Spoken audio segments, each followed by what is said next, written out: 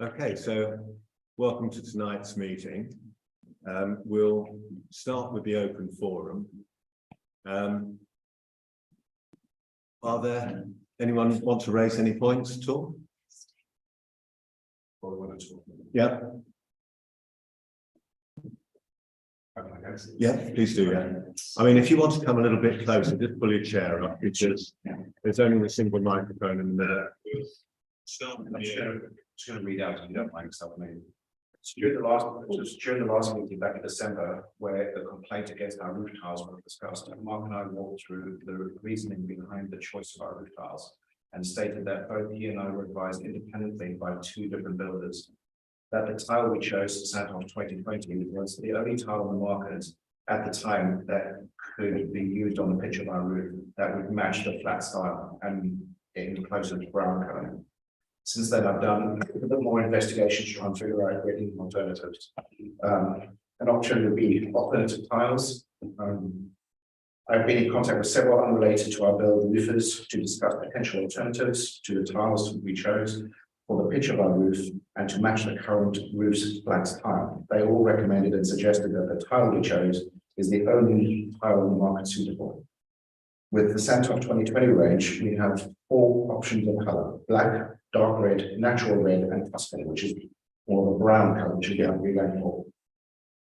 I also contacted the senior product and system design technician at Weinberger, which is one of the largest manufacturers of tiles and bricks.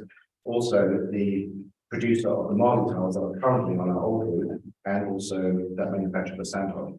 And I explained our situation to him, and he responded with, having looked at our own Marley, Fortreat, I have not pronounced that right, Redland product ranges, we cannot find any flat tile that can go down to the roof pitch you require. This means that the 2020 Tuscan you currently have installed is the brownest flat tile on the market that we can find appropriate for your roof. So that's one option, an alternative tile. Another option is changing the colour of the tile. So while speaking to the manufacturer, I asked whether painting the roof tiles would avoid any sort of warranty. And he said no issues with warranty. However, he was a little concerned about whether the painting the clay tiles would actually take, and also whether it would cause issues with ventilation. I then contacted several companies who specialize in painting roof tiles and do restorations, and they came around to give us a quote on the tiles.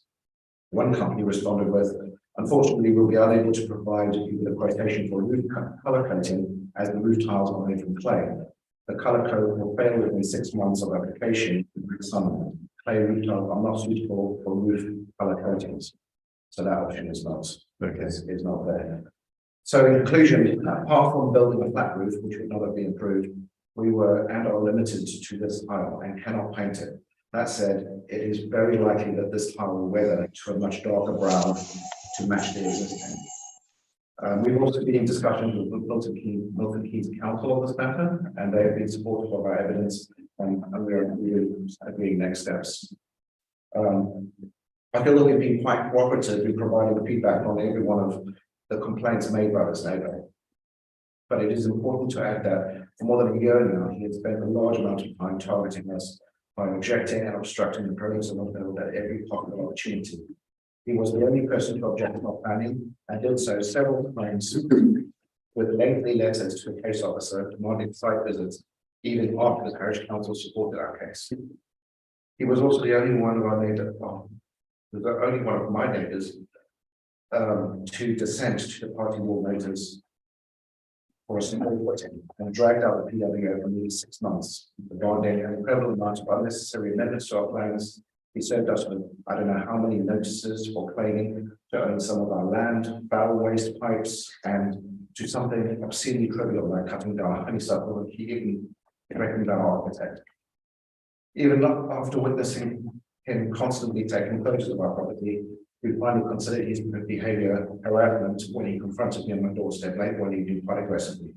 We hope that when the parish council considers supporting this neighbour's request for enforcement, you can review our situation fairly, given the information provided. Okay. And when are we talking on Thursday? When are we talking on? 38 Shepperton. And just so that, yeah, just so that people who are watching will be aware, there's a complaint that's been raised by a resident about the colour of the roof tile that 36 and 38 have selected for a rear extension. And the resident has asked the parish council to consider supporting that objection with enforcement. And that's on the agenda later tonight. So thank you very much for that. We'll pick that up. Okay. Are there any other matters that anyone would like to raise? You may already be planning to probably haven't looked at the agenda enough, but just wondered what was happening with the wall to the paddock down South Street. In South Street? I'm not aware. I mean, it's been reported to Carrington Estates. It's had cones on it. It's had cones on it. A couple of months at least now. Yeah. And it, yeah. It seem to be doing anything. It's quite dangerous because it. That's Philip, you say you're not aware. Are you aware that it crumbled down into the road? Yes, I've been down there. I've seen it with the cones. In fact, there was a problem with it starting to collapse a bit before it actually did collapse. Yeah, I wrote it. And you wrote to me, and I did write to Carrington Estates at that time and said, would they please take preventative measures beforehand? So I did, yeah. Yeah, and they said it would, but they haven't hands on it. Okay, well, I will. So it is a. I will make a note to try and. Actually, as you've got a pad, could you possibly just make a note? There were some men looking at it, the other morning when we went round. Yeah. So they were moving some stuff around. I think that was the whole thing. Yeah, they literally just brought more stone down, but the cones have been up. I don't think there's any excuse for the amount of time that those cones have actually been there. Because No, I mean, in fact, technically, you're meant to get permission from highways if you're going to block a road off. well, they've taken at least a metre and a half out of that road. Yes. All right, I'll chase that again. You've got no? Okay. I mean, I'm guessing that some of you have come about the clubhouse. That is on the agenda tonight. There's quite a lot of items on there. What I will do is I'll be prepared to adjourn the meeting at that point if you want to say something. Normally, members of the public speak at this stage in the open forum, and then the council meeting is just the council members. But I will adjourn the meeting at that point if you sort of wave at me if there's something you want. You tend to be listening mode. Okay, all right, and that's fair enough. Chair, I think sorry. Could I just ask? I've got some comments to make on the local cycling and walking infrastructure plan. Would you adjourn before that so I could have my 2 penneth? Yes, of course, yeah. Thank you. Well, I think actually, as a start, you normally do make statements. Oh, I speak when That's spoken very to. unusual, Steve, for you to ask to be invited. Anyway, right, we'll close then the open forum. We'll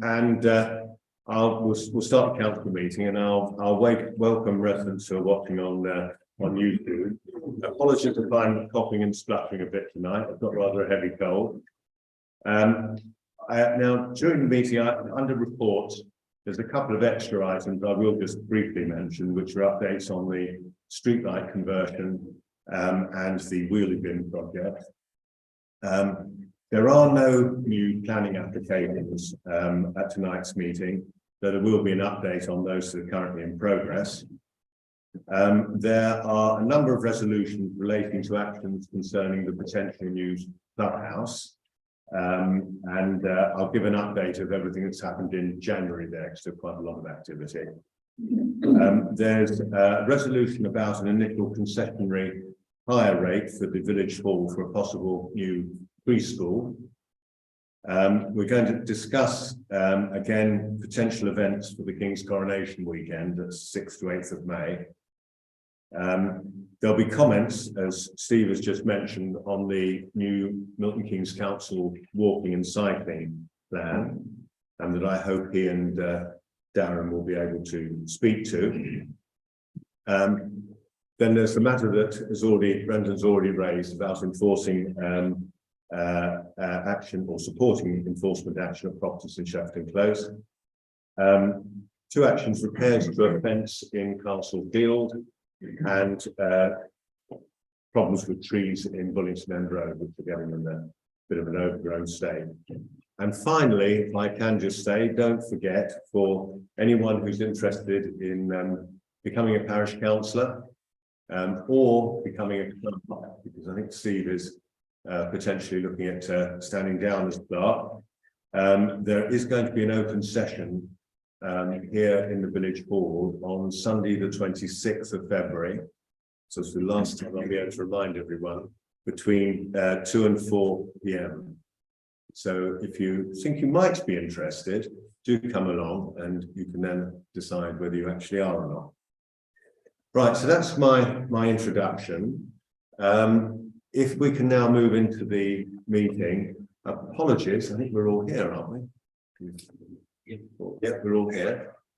Any declarations of interest in any of the items on the agenda? No items. Right, we now move into the clerk's report. Sorry, Chair, you haven't agreed the minutes yet. Oh, yeah, thank you very much. I always forget that. So are there any matters of, are there any errors of fact in the minutes of the meeting of the 9th of January that anyone wants to raise? Not that I can see. Can I have a proposer to accept the minutes, which is John, and seconder, which is Russell, and all in favour? So that's unanimous, Steve. Right. Clerk's report, we'll come back on item 1 later in the meeting. Does anyone want to raise any of these matters? What I can do actually is. What about number 2 when it says quote accepted for electrical work? What electrical work is that then, please? Russell, can you take that? Yeah, it's the basically just check the lights need looking at the light circuit In the football pavilion line. Yeah, we do need. It's what we agreed at the last meeting, Ian. Yeah, it was approved at the last meeting. It's, any other matters on the clerk's report? This is just routine actions from previous meetings. Number 4, monkey puzzle tree. Yeah, I wrote to Leo Hawkes, the ecology manager or arborologist actually at Milton Keynes Council after our last meeting, and I did say that a number of residents had expressed concern about monkey puzzle, and would he prefer, would he, given they're having difficulty sourcing it, would he consider a native species? His response was slightly ambivalent in that he said, well, they're having lots of problems with their contractors, who I think are Serco, but and they may have to look for another route to get it in. I'm assuming, Ian, that you wouldn't plant a tree in this weather, would you? Or do you normally leave it a week or 2? Oh, Depends how it's potted. I mean, I'm thinking of people that grow ice plant, which is landscape, whichever. They've got plenty of big trees coming in. Yeah. Come from Italy, wherever. There's been a lot down south online being sold for cheap money. I mean, I'm sure we can find something, and we go a different avenue. What I was going to thinking of is Milton Keynes. Would they give us some money, because we're paying some of it, aren't we? Yeah, we're paying most of it. Right. Actually, more to the point, Marcy Jordan Yes, is donating that money. I'll say we can memory of Vic. if you wanted me to, I can have Yeah, I suspect that Milton Keynes giving us money is probably it's counterintuitive, isn't it? You're getting money from them to start. But if you want to give us some suggestions, Ian, I can put it to Leo Hawkes and say, why don't you look at X tree at, do you say Ace Plant? It's what was Ace Plant, it's the landscape is cool, but. Okay, well, you can tell me. Yeah. Anything else then, Ian, or any other councillor? No? Okay, let's move on then. Agenda. Ward councillors report. Welcome to all 3 of you. This is a great honour. What a catch. Is this because there's a lot to say, or because there's nothing to say at Milton Keynes Council? And it's mainly because there aren't any other parish council meetings on tonight. So you came here for a good time. What you missing? How's the budget going? I gather Chris was saying that you're all budget at the moment. Yeah, it's all budget. I mean, is there anything that affects the parishes, in particular this parish, that we ought to be aware of in the budget? Well, there is a parish, fund included in there. I don't know how it's going to be distributed. Parish? Parish fund. I think that's to do with Oxford living, privacy support, Yeah, warm places, whatnot. yeah. And of course, the increase in council tax affects everyone. That's going to, there's an increase of 4.99% of council tax throughout the borough. So yeah, that's going to cabinet tomorrow night and will be debated at the next full council meeting, which is usually quite a long affair for budget. I guess the only other thing to report from a more council perspective is, I don't know if everyone's seen the news today, but His Majesty the King and the Queen Consort are visiting Milton Keynes next Thursday. Details will be released in due course. We haven't been involved in yet. Okay, well, that's very good. Well, that adds a bit of to our later agenda item on how we're going to celebrate the coming of Coronation. There's no, I mean, one of the things I have previously always looked at in the budget is whether there's any threat to the bus subsidies. I mean, in fairness, there's so little subsidy now that they've gone over to DRT in most places. Yeah. It probably is a bit of a non-issue, but there's no threat to our number 33, is there? Not we've been named. Yeah. Could you possibly just have a quick look at that? I think it's all right, but that would be. Sure we have support. Yeah. Okay, well, thank you very much. Just on that, I'm a member of the bus stakeholders group meeting. We do have a meeting shortly.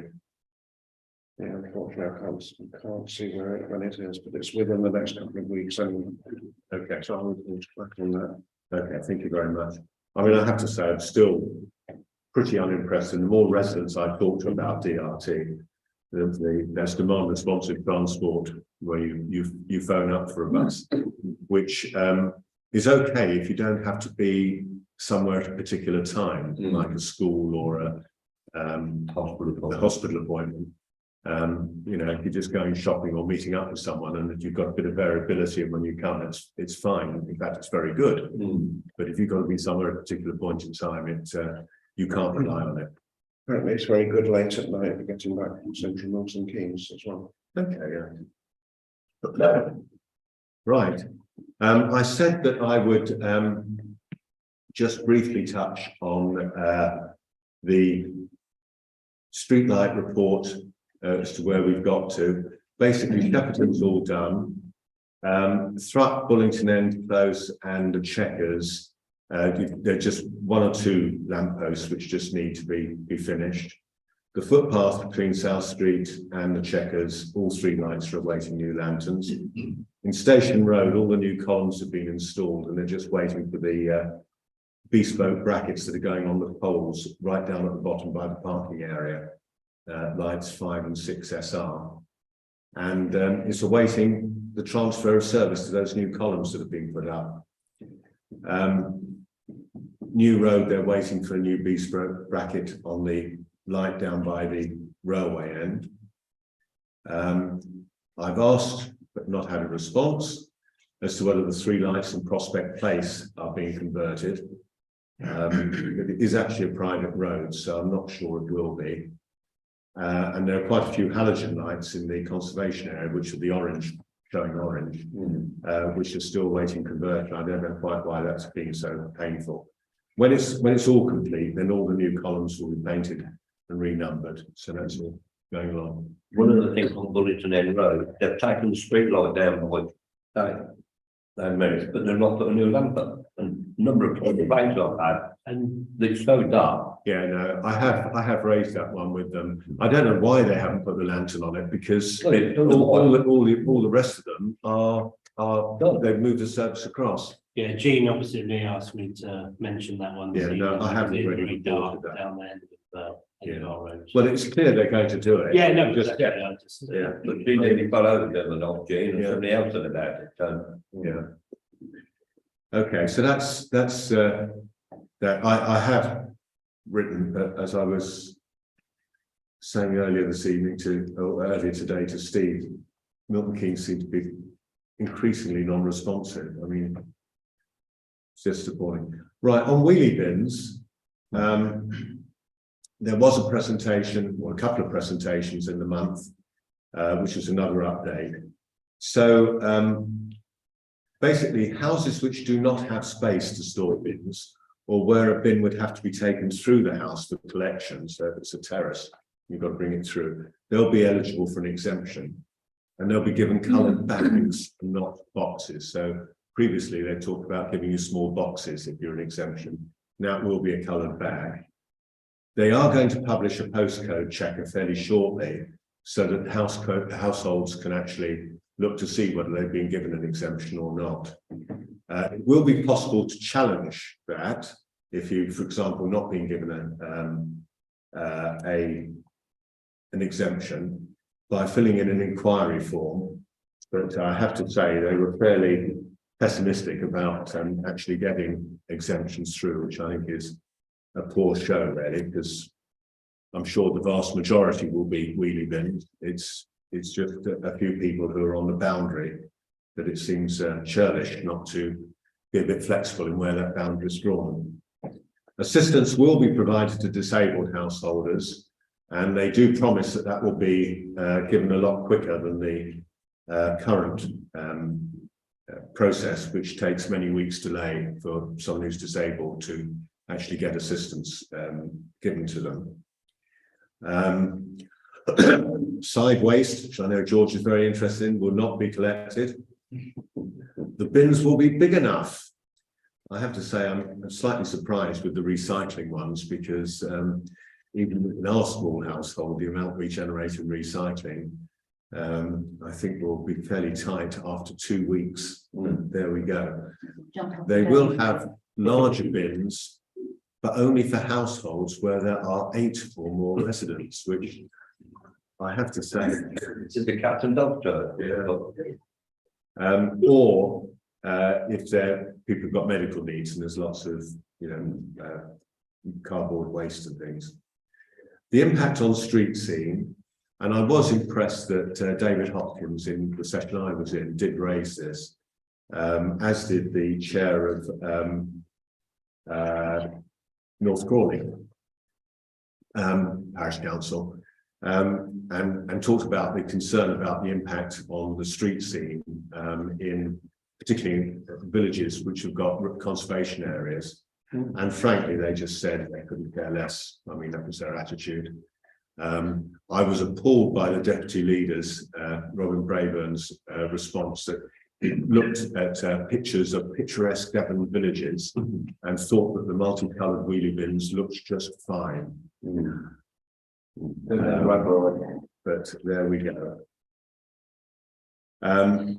And the council wheelie bin roadshow is actually coming to Hounslow. Yeah, I was going to say, I was going to say that. New Bradwell, I was at a MALC AGM the day before I went to this meeting, and one of their councillors was waxing lyrical about the state of wheelie bins left out on the footways in New Bradwell. So it's just dreadful, and asked whether Milton Keynes Council would enforce, and got a very Weasley answer, which was, well, we have the powers, but we don't like to use them. Chair, I do feel I'm going to make this point now because I think it's typical of what's been going on at the moment. If you go back a year ago and beyond, when wheelie bins were first mentioned, the council quoted New Bradwell as one of the trials areas and that everyone was happy with them. And I said in this meeting that they've made New Bradwell in certain parts look like an absolute tip. Yeah. And people that had lovely front gardens are now just full of bins.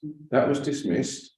Yeah. Given the feeling that it's inevitably going to happen, regardless of what anyone says. But they've been disingenuous by saying they trialled it in Bradwell, and it was well received. It wasn't, and it hasn't now. Yeah. They're just ramming it. I mean, I do understand it's going to save money, but I mean, I do think they ought to be a little bit more flexible with older properties and conservation areas. I mean, it's just, but they're not being reasonable.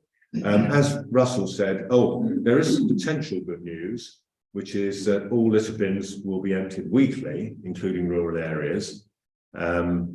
Whereas our bins here were on a cycle of being emptied every 8 weeks, which is why the parish council had to take over emptying the bins, and we have someone bring them up to the village hall, and then they're collected each week.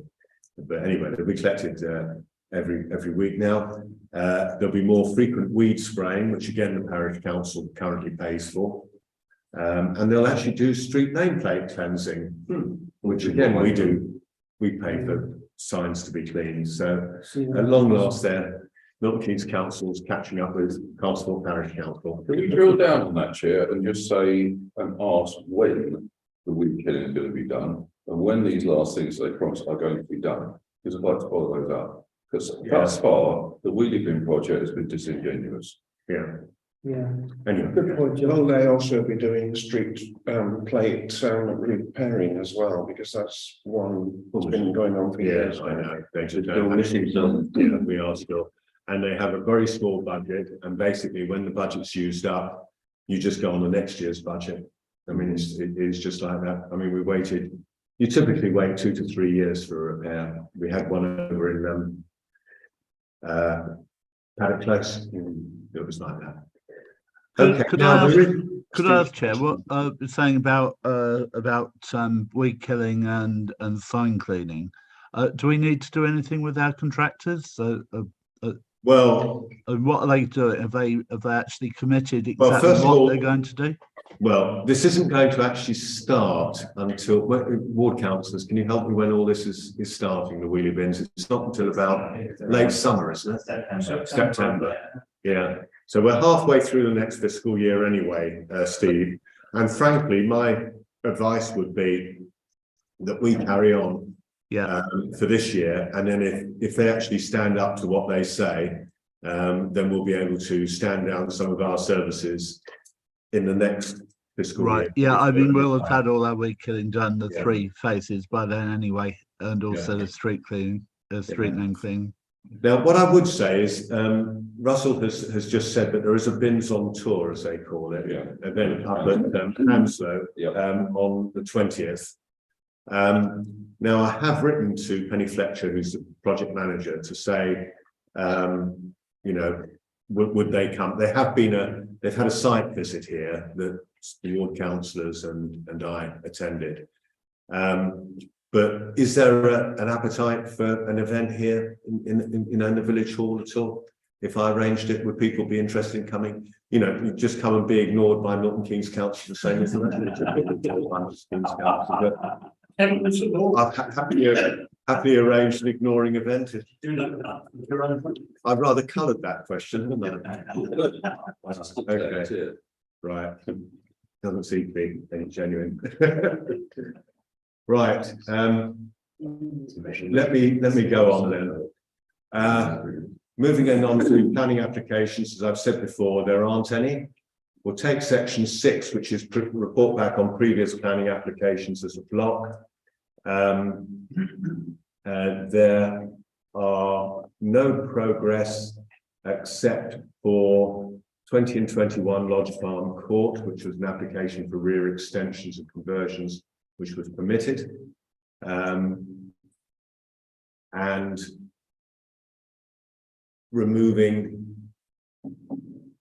reducing a tree in Castle House, which was also permitted. I think everything else is still in progress. Any questions anyone's got on that? No, okay. Right, we'll then move into resolutions. 7.1 is to consider and agree a part 2, which is where we will have to ask you to leave. There's just 2 matters. They're both legal in nature, to do with whether we take legal advice on a complaint against Milton Keynes Council. I mean, honestly, Milton Keynes Council is just appalling at the moment, and actually submitting a complaint directly to them and to go up to local government ombudsman, both of which we're still awaiting information from Milton Keynes Council under FOI, which has not arrived, despite the fact it's 2.5 times the legal limit on when they're meant to have delivered it. I mean, you'll see a certain jaundiced approach. Anyway, we need to discuss that in a closed session. Can I have a proposer? Well, I'll propose it. I need a seconder, which is John. Yeah. Okay, so we'll have it. So we now move on to 7.2, which is the matter that was raised by Brendan earlier, supporting a request for enforcement made by a neighbour about development at numbers 36 and 38 Shepperton. Does anyone want to speak on this? I'd only say I wouldn't support. Yeah. I would support the reaction to enforcement.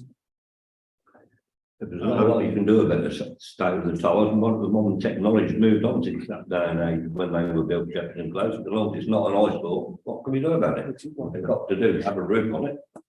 I think, yeah, the points made were very clear. There's, you know, as Ian just said, we can't go back in time and rebuy these or get anything. They don't exist, so you can't really force anything on somebody that doesn't exist, in my opinion. Yes. Excuse me, Chair, is it possible to pause the meeting for a second? No. I was unfortunately in again, there is some information I think we need to take into account. Well, I'll just give you 2 minutes, Leo, because we have already heard from the householder in question. Yeah, go. So you will allow me to. Yeah, no, go. Yeah, 2 minutes. Just 2 minutes, sir.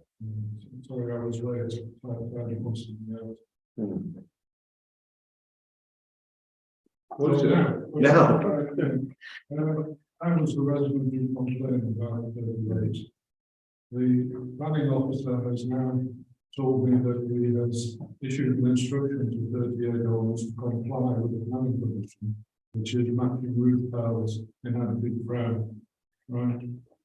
The planning permission of 36, which is had no action taken on at the moment. A requirement of that planning permission also is to have matching roof tiles. I have a copy here.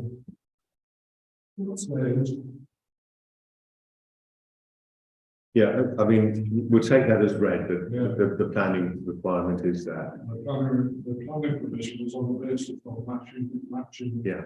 Roof tiles. Yeah. Yeah. Okay.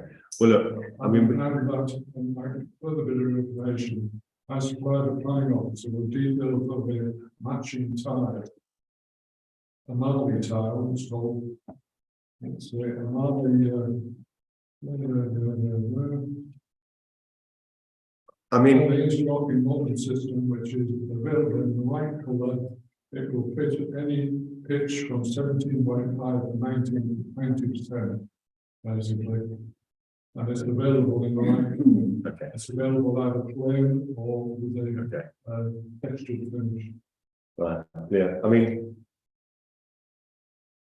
I'm just going to go around the count. I'm going to resume the meeting. I'm just going to see. I mean, I've heard from Dave and I think Ian and Darren that they didn't support that. So almost getting to the majority. Yeah, I wonder if it's possible for Brendan to respond to that. You'd like Brendan to respond? I would support that. Yeah. If you don't mind.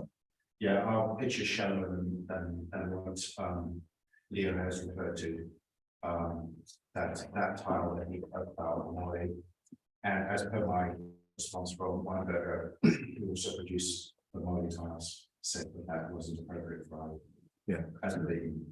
Yeah. I mean, I have to say my view on this is that this is getting into the technical nature of the tiles that frankly, you know, we're not, you know, Brendan has said he's looked at this. Leo, you've said you've looked at it. I mean, it's not ready for a parish council to get in the middle of this. There is a complaint, it's with enforcement. I think that will run its course. I mean, obviously, we do want properties to have matching materials wherever it's possible.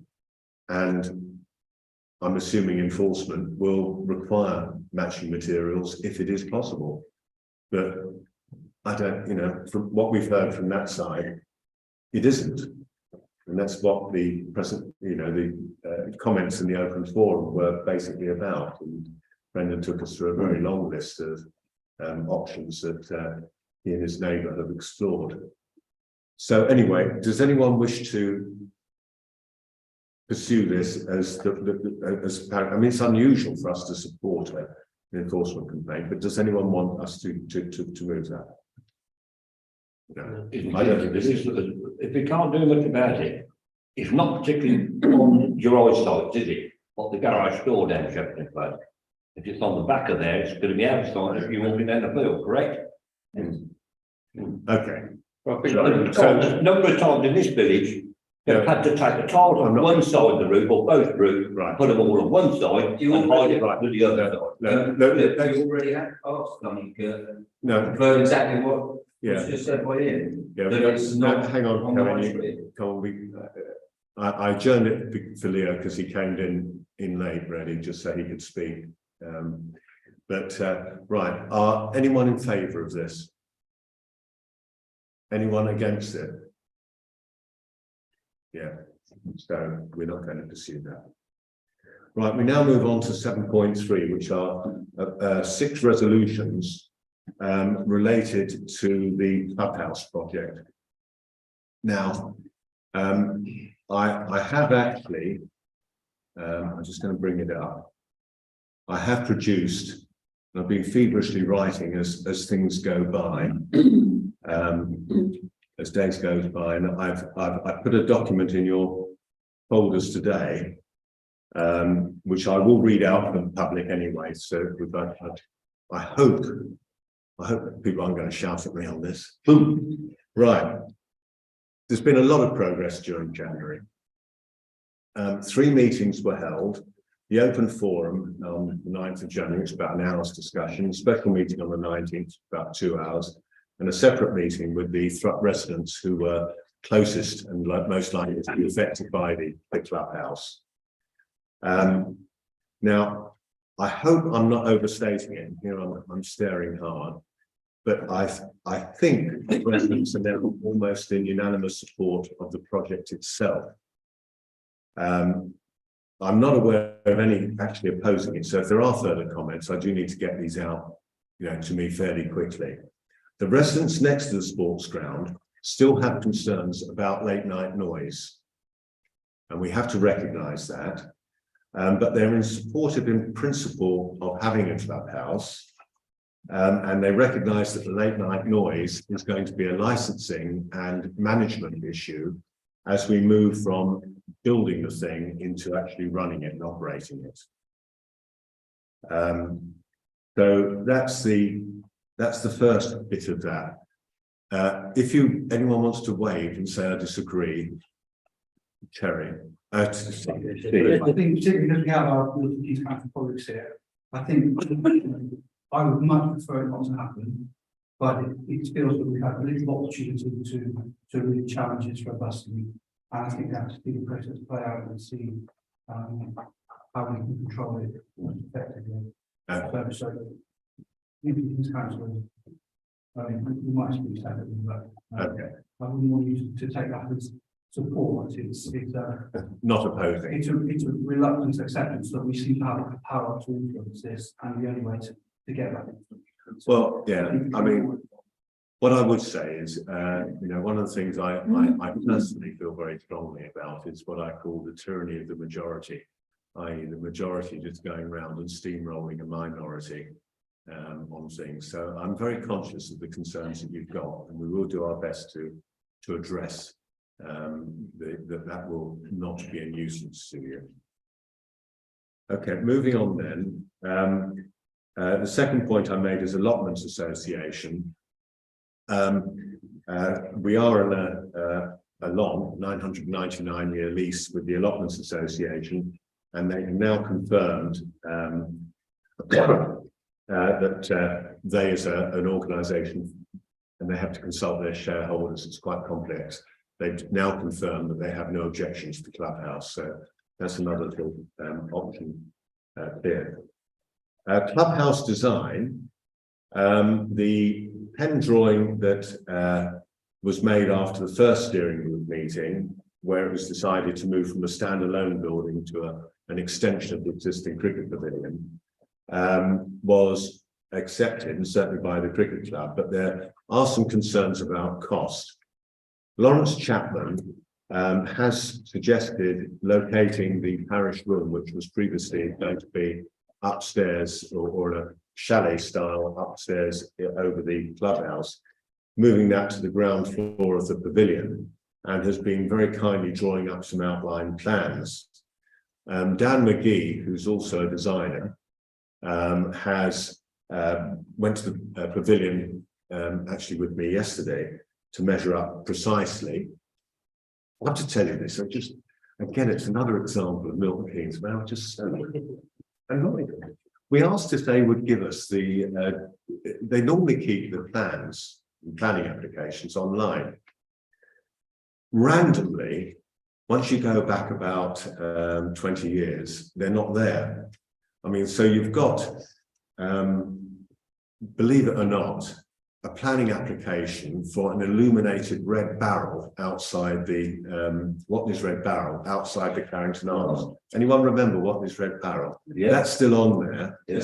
But when you ask for the clubhouse drawings, they're not. So I had to bring them back out of archive. So we said, well, that'd be very good, because we'd just like to get the dimensions. And they came in today, and they were a photograph, almost as if they'd been thrown on the floor and someone had taken a photograph with an iPhone. I mean, it was almost illegible. The only drawing that they actually had any dimensions on was actually not the drawing of the clubhouse as it now is. It must have been an earlier iteration. I mean, you just put your head in your hands with Milton Keynes Council. It's just... Anyway, there we go. Dan McGee has been up and he's measured it properly with one of these laser things, and he's a designer. And he is going to work with Lawrence Chapman, but Lawrence has produced a next iteration draft of what it could look like. We'll discuss that at the next meeting, which is on the 16th. Both Dan and Chris Merritt, Chris is Darren's father, who's an architect, who brought this up for him, doesn't think there's going to be much additional cost in having a bend to straighten the thing out, or make it parallel to the footpath. We are reliant on both Lawrence and Dan producing new drawings, and they're doing this, you know, for free and so on. And hopefully we'll have that on the 16th. But we may have to take both forward for costing. Obviously, having the parish room on the ground floor will be cheaper than putting it up in the roof. But it won't be as big. And yeah, but anyway, we'll deal with that. Next thing was finance. It's important that we start to secure the S106 funding on this, and there's a resolution to start to do that. It should be okay because it's exactly in line with the S106 agreement, which specifies in place an extension to the pavilion. We can't get much more specific than that, but there we are. So I put some notes about funding in the pack, which we can talk through, but let's go on then to the resolutions. So the first resolution was to commission architect's drawings for planning. I'm sorry, Peter Clark, you said you. Oh yeah, I will do it. It's a related point. So I have no views with regard to the social fund per se. But I moved relatively recently in Southbury. Yeah, no. So I'm very close to the Carrington Arms. I don't know any of the history. I understand that it's been a difficult issue with the developer for a number of years, and there's yet another planning consent gone into which the parish council are objecting. But the issue of what happens with the Carrington Arms and the land at the back and everything is still an issue which is unresolved. And I am concerned that we don't move forward as a village and spend what is quite a significant sum of money on an extension to the social club without having fully bottomed out whether or not some of those funds could be used as a, call it a pump primer. With either the existing developer or potentially a new developer. If the existing, the existing owner could be persuaded to sell in order to resolve a long-running issue within the village. Now, I fully understand, okay, that the village can't afford to own a pub. It's not going to be open as a pub. I get all of that, but if it's not going to be open as a pub, something's got to happen with it. It's got to be dealt with as residential. We can't just leave it sitting empty there and going on and on and on and on and on and on. And so even if it's for the residential development, it may well be that some of that money is the thing that could prime the pump in terms of some form of public-private development. So my point really is that I think before we finally commit as a village to spending those Section 106 monies as is suggested here, we should absolutely bottom out that there isn't any use for those monies in terms of finding a resolution to the ongoing problem of the Carrington Arms.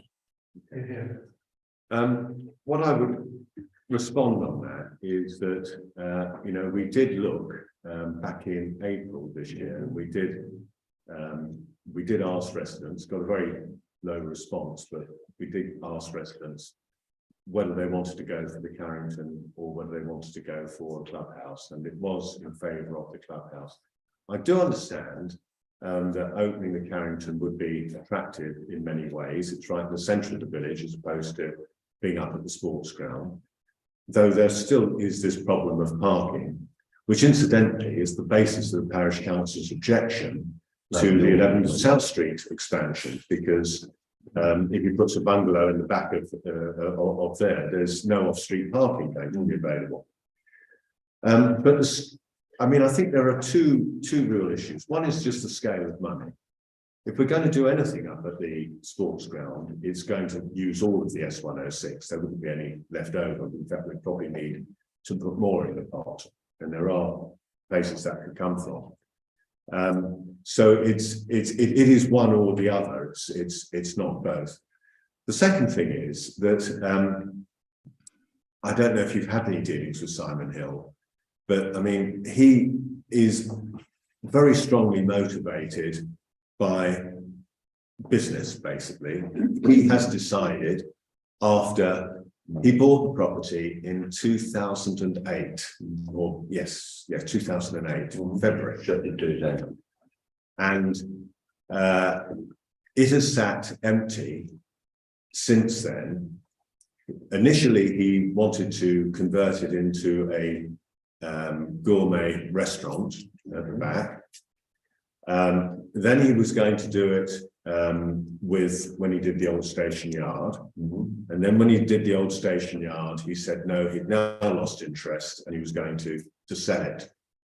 So I don't think we've been negotiating, which he hasn't done as far as we're aware.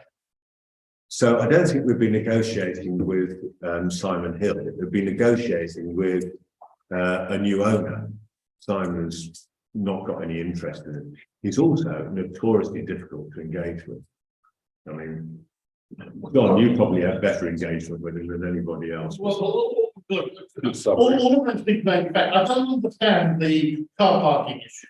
I must say that as far as I said, I am definitely not advocating that the Carrington Arms be open. Yeah. But if somebody wanted to reopen it as a pub, there'd be no change of use of the Carrington Arms premises. The car parking issue and how many car parking spaces it did or didn't have, I don't think would be relevant. It is. It's part of the planning regulations. Yeah. What planning regulation? The planning regulations for building anything or changing the use of anything. That's exactly my point. Is the fact that in order to reopen it to pub, you don't need to change of use. So the point about the car parking is only relevant if you want it to be residential. I think that's great for people who have somewhere to park around South Street, but those of us who have to actually park on the road, we struggle already with amount of parking and things. To actually add more cars into that mix I don't think that's feasible at all, and I don't think residents would be very happy that there'd be more cars driving on the road. Yeah. Right, so. I've known this village, I've been in this village since 61, I've known it since I was this time. The people have had the public house many a times, gone through different breweries, etc., etc. And my argument is different to what some of the others, I totally disagree. The Paris Arms was open and it didn't have parking then. We had cricket, skittles, etc. But in 2008, when he achieved it at the time, he didn't shut for a little while afterwards. He actually put in plans for a lift in it, etc., to turn it into flats. So you're on about parking, etc. now, and Kay just said, where are you going to park them? And now he's cutting his own throat as such, because it doesn't matter to him now, because he's going to sell that place, whatever happens. If he gets a plan permission to do that there, and the buffer room into a house, he's using that garden or a car park. If we could buy it as a lump, fair enough. Otherwise, you've got Bob out nowhere, and it's up to the village then to fight him what he wants to do. And at the end of the day, a man like him will achieve what he wants to achieve. Yeah. Like he has over there. Well, I saw your post, Peter, and I did respond to it about what the state of that building is. And it would take an enormous amount of money just to make it structurally sound. It is literally falling apart before our very eyes, and I think that that's basically what wanted to happen, not by us, but by somebody. And it's just not, I don't think you could sell that as a going concern. He offered it to the village because I think he'd struggle to sell it anywhere else. That's my opinion, not the council's opinion. And mine. Peter, I think to be honest, I mean, we did discuss this right back in April. I think the two big things are the amount of money that you'd have to put in, even if it was pump priming. And secondly, also the complexity and skills that would be needed to invest in the account. And one of the questions we asked in the survey is, you know, would you as a resident in responding be prepared to, you know, project manage that sort of thing?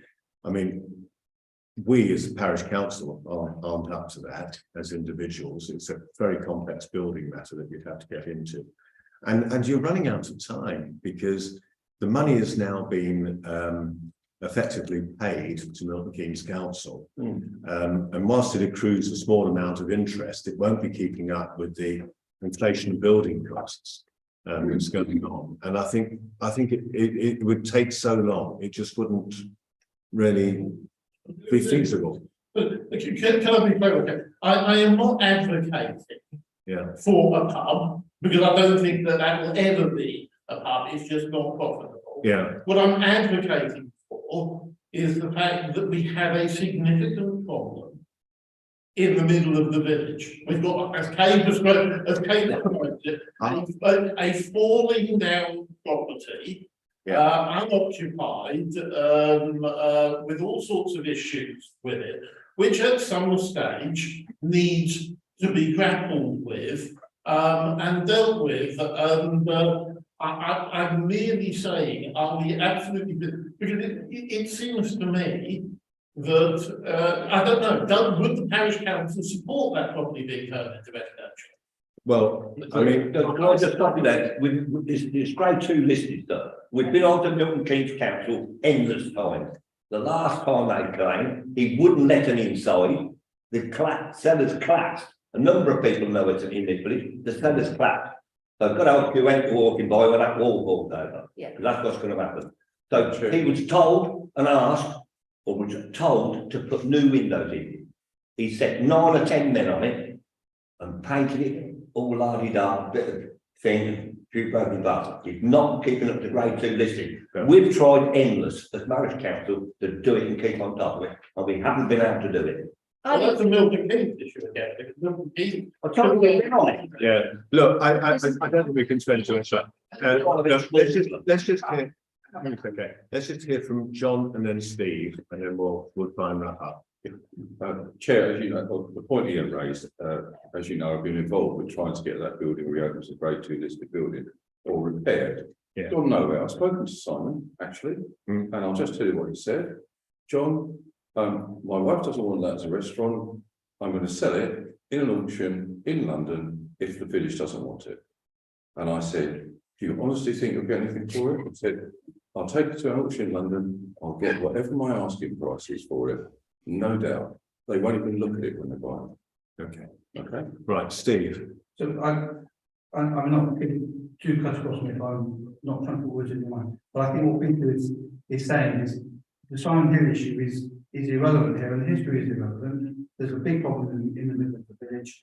I think what was suggested in the design of the deal was, why aren't we soliciting interest from 2 or 3 developers who may be prepared to say, actually, you know what, we would take on this redevelopment with a bit of seed funding from the parish council, and in return, you give us a planning permission and you get some sort of space, community space perhaps, downstairs. And that hasn't been investigated, and I think it's a really sensible idea. Can I ask what you think it's going to be turned into, please? I haven't done any work on it before, but you know, you've got the shop, you've got the idea of the coffee shop, you've got the idea of the bar. I think they're going to. Could I just make one point, Phil? Yeah. And that point is the S106 money. So I think Milton Keynes Yeah. Council will not give us the S106 money to give to somebody else. To get the S106 money to Yeah. do anything with the pub. Funny enough, thank you, Steve. I was going to make that point myself. There's Actually. one other thing that I just not after it's shut, and John will back me up there. We have 2 breweries, Green King come and had a look. Yeah. And they went, Bob open, no one. and we're not talking about Right. breweries, we're Okay. talking about property. No, development. no, sorry, can we just stop it? I mean, the point that Steve Bradbury has just made is one I was going to make, which is that actually, if you look at the S106 definition, it is really quite precise. Yeah. Even down to saying, you know, one of the things you can use this money is for extending the cricket pavilion. And Steve actually spoke to them and said, can we put a standalone building? This is when we were thinking of a standalone building. Can we put a standalone building? And they went, oh, you might just be able to allow you to do that. I mean, that's how tight it is. It's that money is not available to put into property development. Can we see the S106 money? Where Yeah. can we see it? I think Russell published it. I published it. And, I mean, it's actually. it's in a reply to, I don't know whether it's to Peter's post or to your post, it's in one of them. It's actually on the sign list, got the actual terms and conditions of it. Yeah, look, I think we really must stop at this point. So so let's resume the council meeting. So Will you be able to, will I be able to go back to number 3 in a minute then? number 3. Design. Clubhouse design. Yeah. Yes, you can. Right. Hang on. Well, all right, go on, clubhouse design. I think, and I said to the meeting people who know we've got to work as a village. I'm hopefully in fact we can work as a village. But I think you've gone totally wrong way about it, because you said to me about asking the navigation or the Barley Road to do it. Now, you finish. Now, you know something was done in here last Friday from my mother's funeral. You couldn't get anybody better, and I've asked if they would be interested. Is Tom and Nicole to take it on part-time, etc. Yeah. And you've got to know, but if you're with the design of this, like they've done at Robert Beasley's, done the invention centre, Tom and Nicole are doing the catering, and he's left them a little square. Surely you've got to consult whoever's going to do the food or the bar. It's got to be the right size and things. It's not going to have a little cupboard. It's got to be worked with who's going to do the. Have you looked at the plans here? Okay, I mean, we have discussed it quite a lot. At the end. I mean, basically, it's a room which is about 8 meters by 12 meters. It's quite a big room. It was designed, we passed a resolution some time ago that said if we were going to, when we asked Chris Merritt to draw up the first set of plans for a capacity of about 50 people. And that's actually where we're going on it. So that's where the design actually is. If you want to discuss it more, can you come to the meeting on the 16th? Because that's when we're not. Do you think it Right. might be worth inviting Tom and Nicole to it as well? Oh, no, we can't. No, don't do that. What Yeah. we've got to do is we've got to, us as a people, if necessary, and you've apparently you spoke to the cricket club about it, or didn't even know you spoke to the cricket club what they wanted doing. The cricket club, well, they came to the meeting. Yeah, I mean, if you, the meeting, those meetings, they came to the meeting of the 19th, they also came to the meeting of the 9th. We were all invited. Yeah, in all that. Yeah. Right, Now, let me just go back to these resolutions. The resolution was the Commission and Architects drawing for Planning Commission. We aren't ready to approve this. There is a little design group, effectively, which consists of Dan McGee, Lawrence Chapman, Darren, on behalf of Chris Merritt, and myself, which will get one, possibly two proposals ready for the 16th of February. If not ready, then we'll have to have a separate meeting. And I'd like council to decide whether it is happy to delegate to that design group to come up with the design, or whether it wants to have an extraordinary meeting in order to approve it. We can do either. Once we've got an agreed design, it will then have to be costed in some way so that we know what we can afford. And then we can ask Chris Merritt to take it forward for planning application. So that's my proposal. Is there a view that you're happy to delegate this to a group of councillors, or do you want to have an extraordinary meeting to approve the design? No, mind, we know we're all doing. I'm happy to delegate, Chair. Because we've got that experienced team there. Yeah, So, well, basically, I mean, Darren Russell is chair of the sports ground, and me, and then you've got the other two. You've got Dan and Lawrence. So we're happy with that, yeah. Right. So, are you happy with that as a resolution there, Steve? Yeah, you are. Good. Right. The second one is to confirm with Milton Keynes Council that development qualifies for the S1/S6 funding and identify their requirements. I think this is a fairly straightforward no-brainer. We just need to get on with it, because Milton Keynes Council can be very awkward in what they will require. It should be straightforward. Are you okay with pursuing that, Steve? Yeah, I'll do that. I'll let you know if I can. Now, I did have one on adopting governance arrangements and appointing a project board. Now, I don't think we need to agree governance yet, and that was some of the things that Ian was starting to get into with who might run this ultimately. But it would be good to have a project board. We don't yet have a project manager. The project manager board could be the design group, plus a cricket rep. I mean, it is their pavilion. Carl Sablon, who's heads tennis, but he's also a project manager in his own right, though he's may not have time to devote to this, and Russell. So if we're willing for that to be the kind of project group that's going to steer this, yeah, Going in there, yeah. Okay, we're all okay with that. Good. Now the next one is really quite important, is to decide on the form of survey or poll. We promised the village that we would do a survey to make sure that the village was supportive of this. I did talk to Milton Keynes Democratic Services about a formal poll, and I did send councillors their response, which was basically that there are three kinds of poll that they can assist us with: a postal poll, an online poll, or an in-person poll. An in-person would actually come down here with a returning officer and all that bits. It's not, you don't get postal or proxy votes, and it's only from, I think, 4 p.m. to 9 p.m, but it's basically like a normal election. But my view is we get a very poor turnout for that. My view is you get a very poor response rate in an online survey in this village, because we do. So if we wanted to do it, it would be a postal vote, which is basically where Milton Keynes Council would mail every household in the village, or every voter, not household, every voter in the village, basically a postcard saying, do you want the parish council to build a social club at the sports ground? And it would have a yes, no. It's got to be a simple answer, yes or no. And it would have a free post return. So people just tick whichever box they wanted, put it in the post, it would go back. And I personally think that would get quite a high level of support.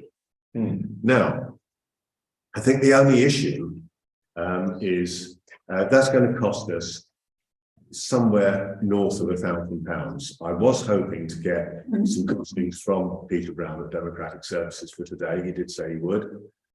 That's Milton Keynes Council. But he and I did on a phone call, we did a sort of back and fact packet calculation, and it looks as if it would come out about that number. Might be a bit more, of course. The bulk of the costs are in postage. The other thing that we could do is just do an informal village survey, i.e. we've got a Castlethorpe news coming up probably next month, I think Rose planning next month, isn't she? We could put something in the middle and basically ask the same question, and people put it in a box in the shop, and the cost of that is nothing. Now that's attractive. I would say there are 2 points. I mean, the postal vote, I think will get a good turnout, but it costs money. This doesn't cost money, but I think there are 2 bits to it which I would just caution on. First of all, the last time we did this, we got a very, very poor response. Very poor. The second thing is, I don't know where Steve will get to when he talks to Milton Keynes Council about the S106, but I would think it's quite likely that if we actually had a formal postal poll saying there was a very good support in the village for the clubhouse, then that would be quite a good way of unlocking the S106 should be any problem. I don't know, Steve, whether you would want to comment at this stage, given you've actually not had any conversations with them yet. I don't know. I don't necessarily subscribe to that, Phil. You know, I think majority, but I think if they're going to let us have the money, they'll let us have the money. I don't think overwhelming versus a majority will make any difference. Okay, thank you. Dave? Yeah, can I just clarify a point on the costing that you're looking at? Does that cost include paying for the response to residents? So if they don't respond, there's no charge. No, I think I don't know quite how free post works, but he seemed to say, is it 75p for a second class stamp going out now? No, more than that. Is it more than that? Yeah. So it depends on Yeah, but for points here then, we wouldn't be charged if someone didn't send in their votes. Honest, I mean, when I did the calculation to get to 1,000, I thought it was less than that. I worked on a response rate of about 50%, I think, which I think would be pretty good. But anyway, that's second class post, not that much different from first class. No. To my mind, this is a no-brainer. We've got to go through postal vote because it's such an equal in the village. We want to be sure we've got this right. We want to be sure that everyone understands what we're going into. So, to my mind, it's a postal vote for the whole village, even if it's costing us. Okay, correct. I agree. Right. I'm not sure about that. I'll go with majority. Well, you can abstain. Yeah, I think it'll abstain, right? Yeah. Okay. All right. So we've got those. Sorry, There is another option. which is We go round, literally, you've got people, I mean, I've delivered stuff before. We're gonna pick it up the week after. And then we just go around and pick them up. So that would save a lot of money. If It is you're meant to willing be- to do that, but I don't want to do it on my own this time. yeah, it is meant to be electors though. It's slightly different. Yeah. Okay. I think I would be inclined to go with the. I mean, it's subject to. Shall we make this a provisional? We need to actually get the figures from Peter Brown as to what it's going to cost. If he turns around and says it's going to cost you £5,000, we might have a different different approach to this. Oh, sorry, Georgian. Thank you, Chair. You could talk to Peter about the possibility of him producing the letters, but not posting them, because part of your cost is going to be posting the letters to the electors, and then you'll have the return, which will, you'll only pay for the ones that are returned on a free post. So if he printed the letters and the parish council arranged for them to be delivered to the electors, then you would only need to pay for the actual returns of those. That's a very good point. Yeah. Yeah. Pretty good. Russell, I don't have a pen with me. Could you possibly? I'll make a note for that. That's a very good. If you'll allow us to do that, that would be really good. Can't say. I think there are, I think Steve told me there's 850 electors in Castlethorpe now, so you can, you know, you can just see that. Well, we were working on 75p. We obviously haven't bought a second-class stamp recently. Actually, I think that's probably a little bit closer to 900 because it's 850 without Carrington Grove and, well, Old Station Yard isn't happening, but without Carrington Grove. Yeah. Okay. We'll try that then. So if it's significantly, shall we say 1,500? If it's under, I'll move that. If it's under 1,500, we'll proceed with a postal vote. If it is more than 1,500, we'll bring this back and consider it again. I did also make a point that he did say that because of the elections, he can't do this until May, but in practice, that's not really going to be a problem. We won't be ready to push a button and finally go ahead until then anyway.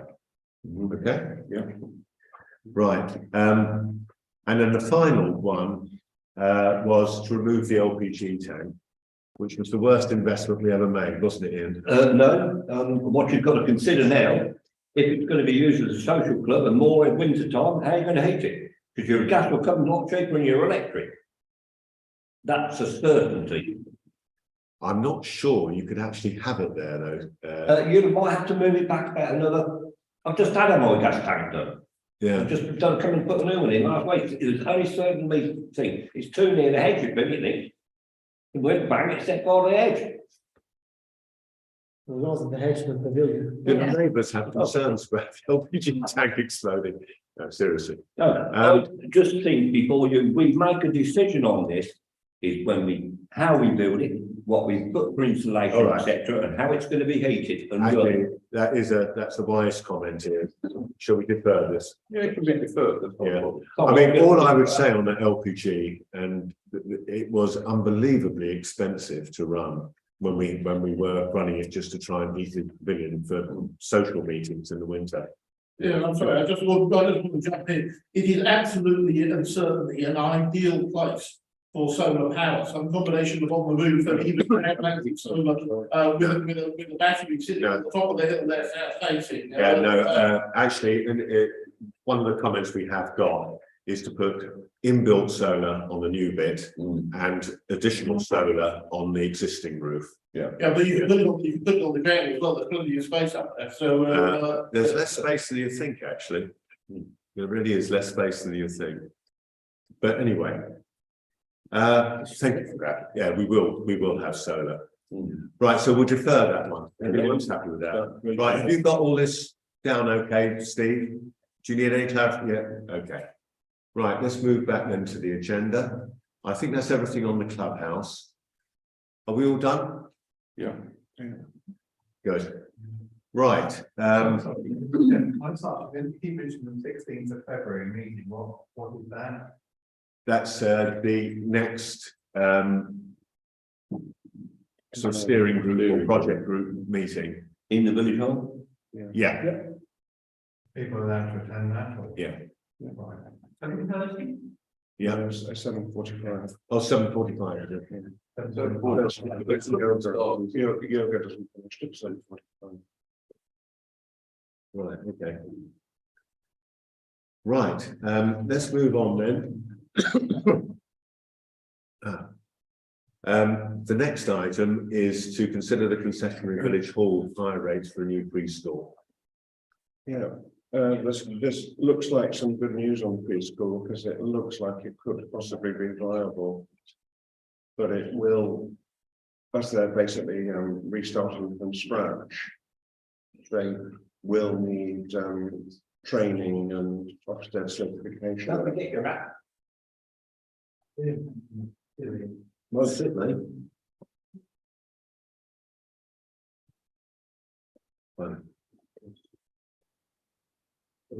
Because they're starting from scratch, they will need Ofsted certification and checking and everything. So they're going to need a fair amount of capital to start out with, which I think Steve is looking at seeing whether we could, whether they could get some of the S106 money from the. Yeah, I've actually talked to them, and they were quite obstructive. It's as if they're guarding their own money, but they did say that they want a kind of ballpark figure, and then you can do this, but you can't do that, and you can't do that. So I said, look, you know, I can't be done with this. What we need to do is we'll get the ballpark figure for you, and then we need to actually meet up with the ward councillors, parish council, Milton Keynes Council, S106, and just actually go through what is justified, what we can actually hook out of the S106 part. So we at the moment we need the ballpark figures, and I think they need to come up with a rough cost for equipment, Phil. Yeah, so where it stands at the moment, and I'm going to sort of just reiterate this for ward councils, we may need some ward council support on this. So the Ducklings preschool that was operating here wound up at the end of, or just before Christmas, it finished there. It basically couldn't make a go of it, which is a great pity because we've just got 30 houses down at Carrington Grove coming on, and we've got another 9 here, all of which will probably, you know, have a certain number of children. You don't need that many children to make these things viable. So,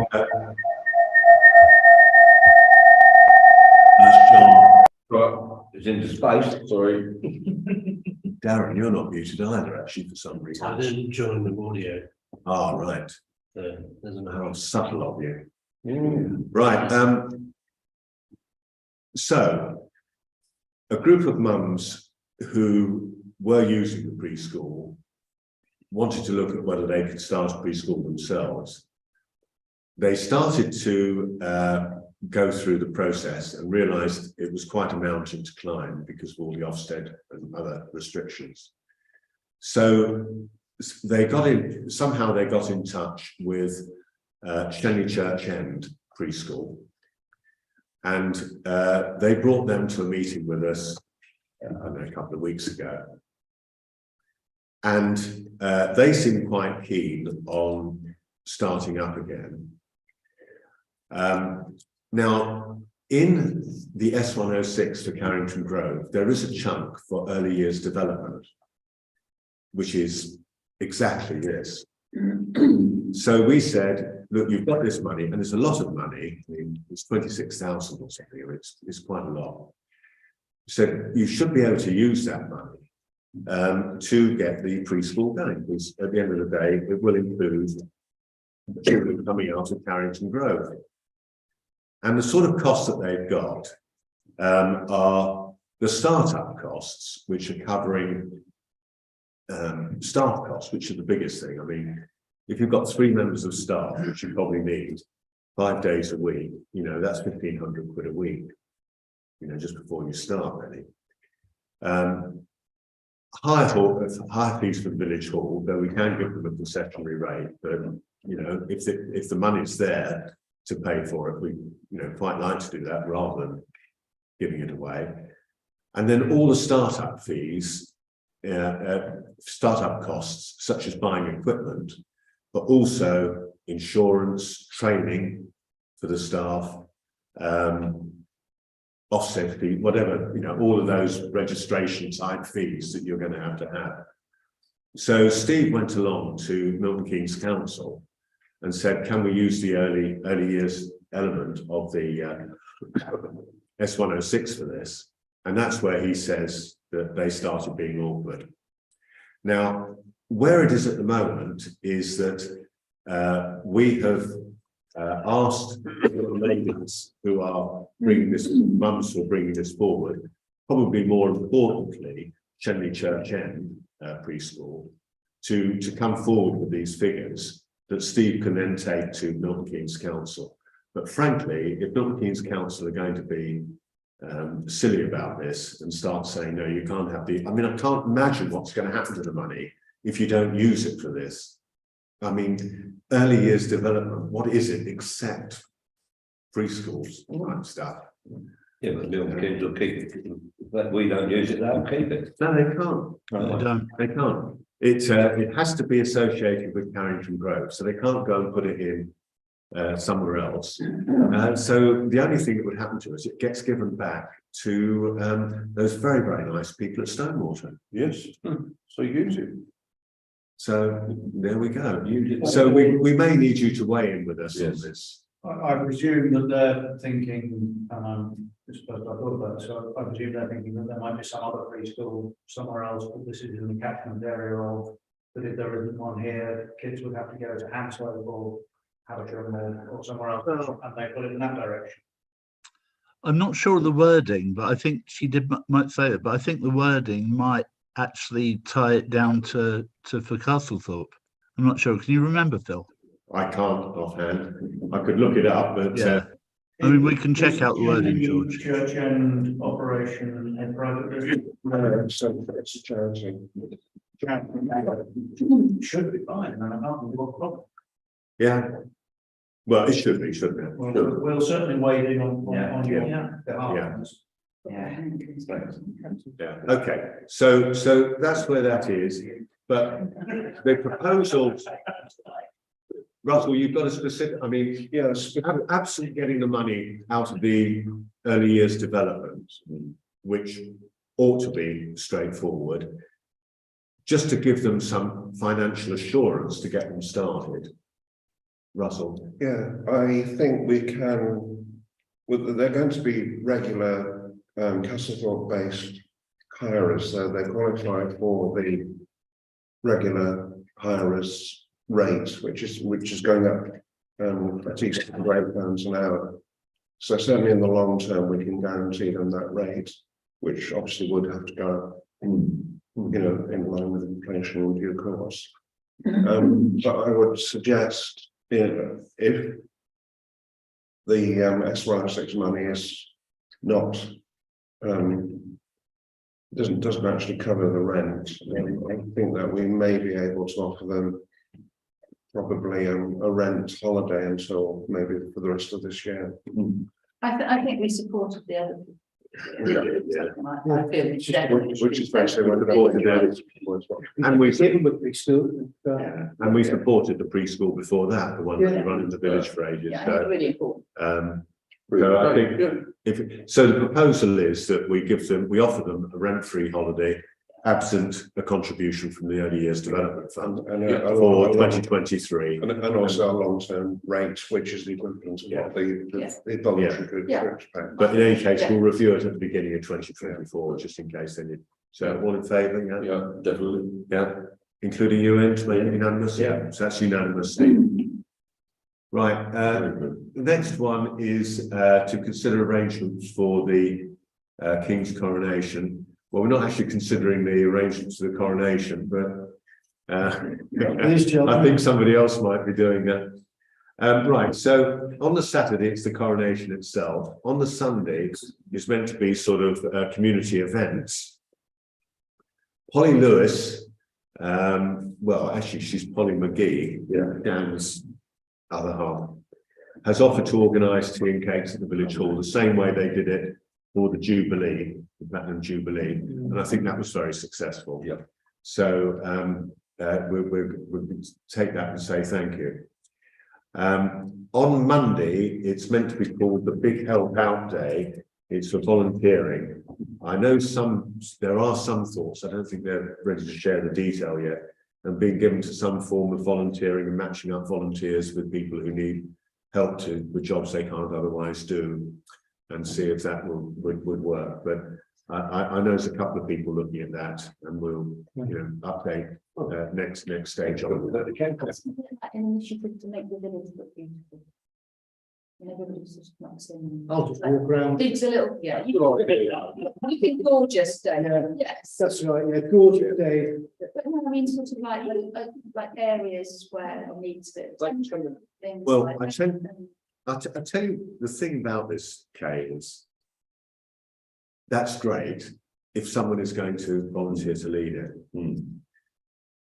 The other thing that I would very much like someone to volunteer to lead or to organise is a pub night here on either the Saturday or Sunday, I suppose. And so if anybody is watching this and is prepared to, put the effort into contacting possibly the people that did the pub night up at the Jubilee or Or the pub quiz. or Because pub quiz or whatever, yeah. But these things do take organising. Public night was here in Redland. Yeah, There is a night, Carrian's quiz night. I think, the- But I wasn't being. Church- no, yeah, the But church just sort of played like on we and could off, have yeah. different bands like street food. and Yeah, stuff like that yeah. outside, but just have that. Yeah. There could be like something for the kids in the afternoon and then maybe a quiz in the evening. well, in the afternoon on the Saturday, there will be the tea and cakes here. Yeah. So it won't be available, but so my message really is, to anyone watching this, if you are prepared to organise the sort of things that we just talked about, a pub night, quiz night, whatever it is. I'll do a quiz. You'll do the quiz, but it's organising the night, Steve. I won't do that. That does take the stuff. Well, you do an entire quiz on coronations, did you? Probably not even bringing in Coronation Street. What date was William the Conqueror crowned? Christmas Day, wasn't it? It was indeed Christmas Day, yeah. Right, so It's all right. The meeting will just continue. right, so that's where we are on that. So our thanks to Polly for that first off. So sorry, what have you decided about we're quite straight on the Saturday and Sunday. What about the Volunteers Day and the? Well, I do know that there are a couple of people looking at whether they can get something together on that. So do you want something on the next agenda for the bits that we haven't decided? Well, we can have this as a running agenda item until we get it nailed down, really. I think we could. Okay. While I was reading chair, we've got King Charles and Camilla coming this Thursday. We've had to have a clubhouse meeting that day. We get our plans together quickly. We could ask them to live in improvement. Chris. Yeah, I was going to ask him what he thought. You're there. If there's something to keep your eye on with the budget, there is actually a one-off £150,000 allocated towards events for the coronation.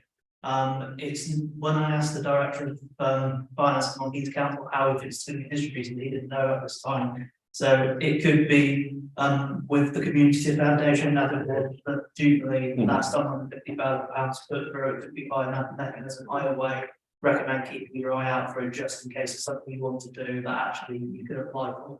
Okay, so that will probably come, Steve, on a round robin note. Yeah. To class, I would guess. All right, shall we move on then? Shall we talk about now the MKC local cycling and walking infrastructure? Now, I think Darren and Steve, you were going to speak on this. Steve, you're going to start, right? I was just going to have another whinge about Everyone Milton Keynes gets Council. In December 21, January 21 rather, we sent comments on the local cycling and walking infrastructure plan, essentially saying that our bit of the Sustrans route going down to Lodge Farm Business Centre from what's now Carrington Grove is probably the worst maintained bit of cycleway in Milton Keynes. They did a massive evaluation which resulted in that that document that came round, and it seems that after about 2 years they've come up with a long list of about 100, of which we're at number 29, and a short list of 32, of which they're going to actually do about 3 of them in the next year, one of which they've got funding for, and about 5 of them, I think it is, in the next 10 years. What a complete and absolute waste of everybody's time. Complete and utter. Essentially, looking at the report, we're not even going to get our bit done in the next 10 years. Yeah, it's an absolute waste of everybody's time.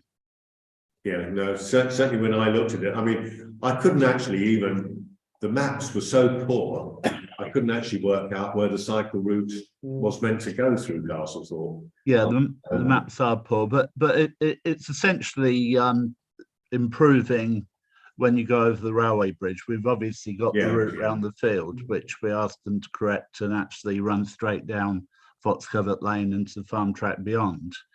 Yeah, But then it's the bit of cycle track that goes down to Lodge Farm, after which it's improved because they did that bit. But essentially, that is just an absolute waste of everybody's time, and it's been already 2 years in the running, and Yeah. they've virtually done nothing and given nothing. I think they're going to provide. I don't know what the figures are. I meant to write them down, but it really is too bad. It's just ridiculous way to run a project. They'll say that they've actually put it on the new estates, won't they? yeah. Well, I mean, the high use redways are clearly in the urban area, but I mean, what else is commenting on this? I There's mean, really no rural point doing areas anything. are just getting completely wiped out, and actually there is a genuine demand for use of those also cycleways, they're not redways, those cycleways to get from the villages into the city. And frankly, it's very dangerous going along these roads because you know they are so windy and whatever. I mean, a guy from Milton Keynes Council did approach Darren, copied to me, saying that he believed that Sustran were doing an evaluation on that bit of the cycle route, and then stepped right back. So I've got a contact name at Sustran. So what I'll do is I'll find out from him what they're actually doing. But what I will say is that as far as we're concerned, if we leave the local cycling and walking infrastructure plan with Milton Keynes Council, nothing's going to happen. So there's no point doing anything. Yeah. Yeah, so I was just going to reiterate, so yeah, guy from the States, I can't remember the gentleman's name, but reached out to me, saw Steve and I's name on some minutes regarding when we went down to look at the water tower at the time and see if that was a viable thing to apply for a grant for. And he said, read something along the lines of, you know, believe that you're in charge of looking after the maintenance of this. So we gave him the name of Rosie Armstrong from where does Rosie work? His rights of way, Darren. Yeah. So that was all that back and forth, and then effectively it was passed the buck saying, well, Sustrans will be in touch. Effectively, when I hear from them, I'll tell them your concerns and maybe they get in contact with you to fix it. Yeah. But it would be as good that you've had a response from Sustrans, Steve, because I was going to reach out. Well, it's that guy that gave me an email address at Sustrans. I haven't emailed him yet, Okay. but I will do, and I'll keep Darren copied in. Okay. So there's really no point in doing anything with this. Right. So we just note this. Yeah. With disgust. Can you No, we discussed that. Absolute bunch of idiots. Honestly, I mean, It's an environmental. almost, That's all it is. Tick boxes of environmental challenges. it's almost nothing that they're doing right, actually, as far as the parish is concerned. There we go. Right, let's move on one then. Arrangements for a parish council open session on the 26th. Basically, just know if any of you are going to turn up to talk to people, possibly. I mean, I'm sure, I'll be here, Steve will be here. If I'm available, Russell will be. I'll come Russell, perhaps you and I can just talk about some slides or something. We could just pin up on these boards, which is the things that we look after. Anything came from Milton Keynes Council, anything material? Steve, have they circulated any material? Because they were doing do you want to be a parish councillor information session at Milton Keynes that was going to be before us? Yes, they are. They are doing that. No, you're muted, Steve. You're muted, Steve. I did ask them whether they had anything, and when I asked them, they hadn't put anything together yet. He did say that when they do, he'll be in touch, but I'm not holding my breath. So I suppose I'll email him again and see whether they've got the stuff. Could together yet. you give Steve McNay a call or an email as well? Because I think Worcester are doing something. I think they've got material. Yeah, oh yeah, it would be much better from Steve. than it Yeah, will from and they'll actually do the something council. proper. Okay. Right, next one then, Ian, Yes, the fence between Castlefield and the church. we put the fence up a long time ago. It's all falling down all the way along now. I wonder if we can do something ASP. Because A, not only lose sheep in there, but B, if somebody walks in there, the kids grab hold of that bit of fence. Is it our fence? Yeah, we put it up years ago. Yeah. I haven't put it up. Right. So, the suggestion is, if we able to mark leave on, Yeah. get him to go and do what he's done before around the sports ground. He's put another post in where necessary, and he wants to do it ASP. You know, we seem to be becoming the fencing parish council now. Yeah, there can't be much fence that we haven't replaced. Yeah.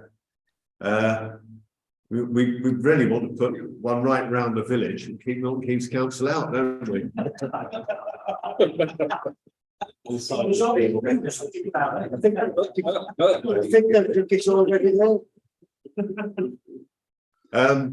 Steve, could you talk to Michael Lever, do a survey of it? Well, actually, perhaps if you could talk to Michael and get him to liaise with Ian, is that? sensible Not thing a to do? problem. I'll get Ian over there. Yeah, No problem. that'd be great. And trees on Bullington End Road. Well, it's not just the trees on Bullington End Road. Since the cycle narrow in there has been ploughed over, the lorries are going on there, taking the trees on. There's been 2 branches down. I took one and somebody's been up the rest of the firewood. A load of straw went up there the other week, a lorry load of straw and took the trees. We need something doing. And I know Steve's going to arrange it. We need RTM because half the trees will die before long at Walton Road and at Bullington End Road because the ivy. Yeah. And the other thing is was the street light I was on about, but we've got no white lines up there, haven't we? On the road now in there, there's no white lines. Right. I was tempted to go and get a spray and spray down that little curve by that road narrowing, because other night, did you hear the squealing of the brakes?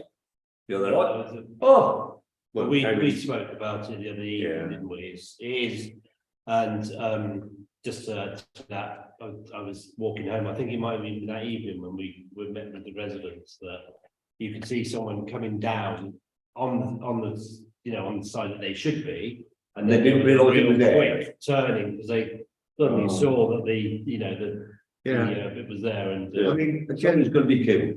ward councillors, let me just explain this, because again, I mean, you can tell I'm almost beside myself with Milton Keynes Council at the moment. Right, so in December, I think it was, a vehicle came down Bullington End Road and took out the signage on the build out that as you come into the village. Just completely knocked it over and it was lying flat on the road. Immediately, I think possibly Darren, certainly me, reported it through to the help desk. And I also copied in Mark McDonald, who I think who seems to put himself as the man who does in highways. Mark phoned me up within an hour and said, because I sent photos, and said, thanks for letting me know, Phil, this is really serious. I will get someone out to put some temporary signage up immediately. And about an hour later, I got another note, I got a note saying they've been out and done it. And I wasn't sure whether it was actually the report through the help desk or the email to Mark McDonald, but it was done really quickly. And about a fortnight, 3 weeks later, somebody come and nicked all the signs. Right. At the beginning of January, the signs vanished. The sandbags are still there. I assume someone stole them. It's possible Milton Keynes moved them. The ones that are doing the electric But- lamps, street lamps. So the signs went. So I reported it again to the council and to Mark McDonald. And I said, look, because it was actually at the time when we had that fog, it was that cold, and there's a lot of fog around. And I said, look, Mark, this is really dangerous, because if you're coming along that road and you don't actually know it, and actually fog is so disorienting, even if you know it, you can get caught out. I said, so you come along there at night or in fog, and you come on that build out, you'll go straight over it, because there's no warning at all. Or if I swerve around, there's a boy coming the other way. No response. So I leave it about another 2 weeks or something, and I write again and I say, what's happening? Both to the help desk and to Mark. What's happening? This really is dangerous. No response. I see there is a cone on top of it. I don't know who put the cone there, but No comment. I mean, is it you? No comment. I mean, well, sorry, was it Milton Keynes Council? No.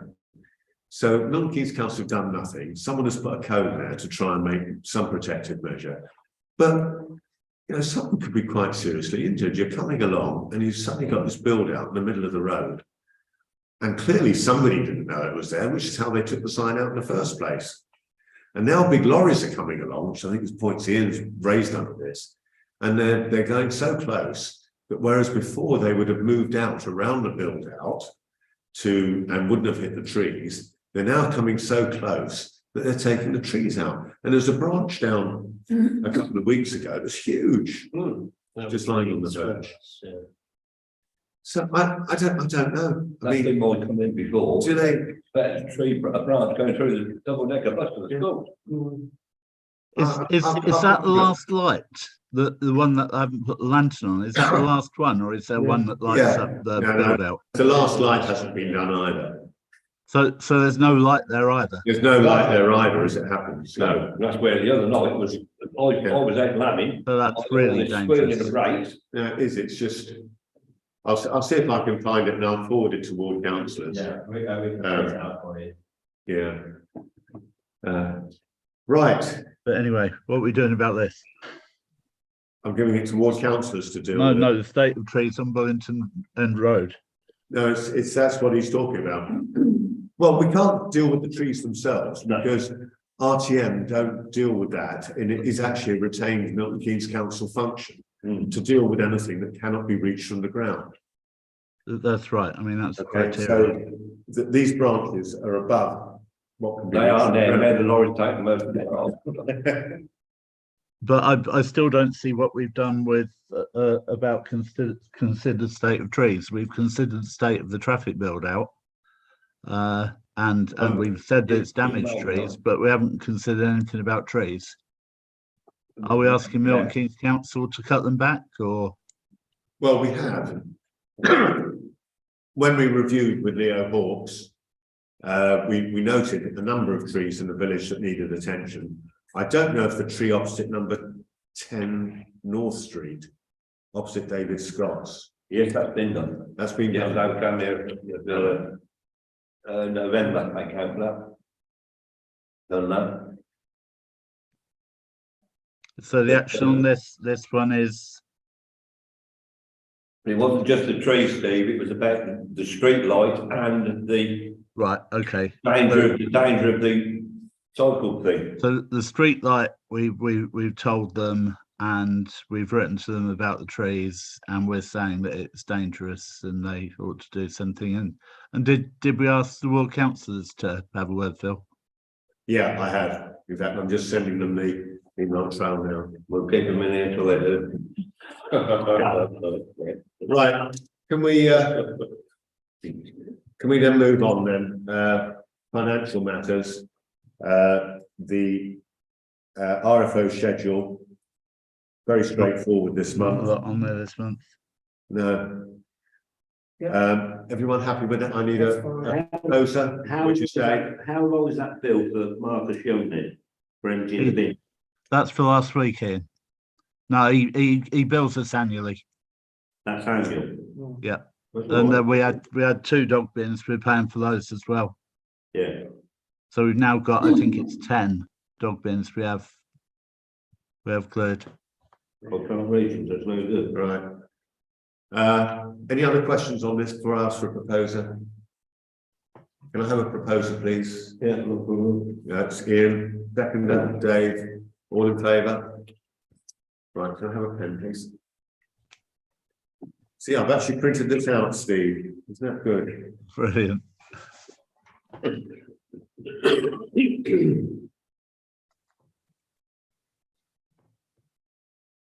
Mind you, I didn't print the minutes out.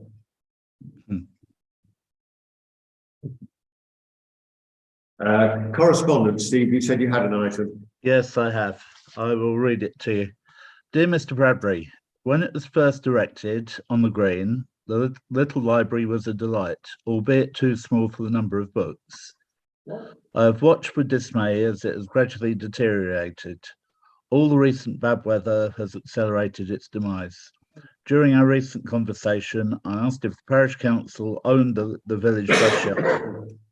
This is because I wondered if it would be possible to fit a large enclosed bookcase fitted to the inside of the shelter nearest the village hall. Then at least it would be protected from the weather. I shall be very interested to hear what is going to happen, as it would be very sad to lose such a wonderful amenity. Okay. So, I mean, half of that we know that Polly's husband has actually taken on repairing the little library as it is. But the extra point here is, can we put it in the bus shelter? No. Who's that from?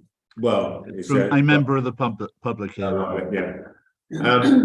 I mean, I think given that Dan has offered to repair it, and we have actually, Dan McGee, Polly Lewis's husband, and we, I think we agreed at our last meeting to pay for any materials and so on that were necessary. Yeah. So I think that ought to be the formal response, Steve, that's what's happening. What is the issue about the bus shelter? Yeah. They want to put it in the bush shelter. Yeah, is there a particular reason why it shouldn't go? I would have thought so, it would be good. Give more, I mean, more opportunity to the older ones to. Yeah, I think we did, I think that was. That's why we didn't do it last Yeah. time. I think that was actually the reason why we didn't put it in the bus shelter the first time round, Steve. We were worried about vandalism. Why was that, Phil? I didn't catch it. Vandalism. It's a little bit, Outside. yeah. If you want any material, if you want any material, I've got plenty of wooden bits and all that. Yeah. About moving it on the green to somewhere exposed. Well, no, I think actually it is fine. It just needs. Yeah.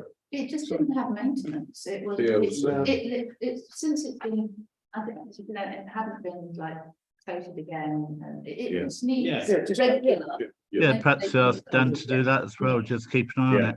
We've got Yeah. someone who's looking after it, we deal with it. Yeah, So, It needs doing regularly, that's the thing. fully set, we look Yeah. after it, so. They use it, 'cause I saw someone finishing books the other day, so it's well, So many people use it. Yeah. It's lovely, lovely little thing. I mean, if Dan can't do it because, he's working and all the Yeah. rest of it, then I mean, what I'll try and do, and he's doing this other work for us for free at the moment on the design. Yeah.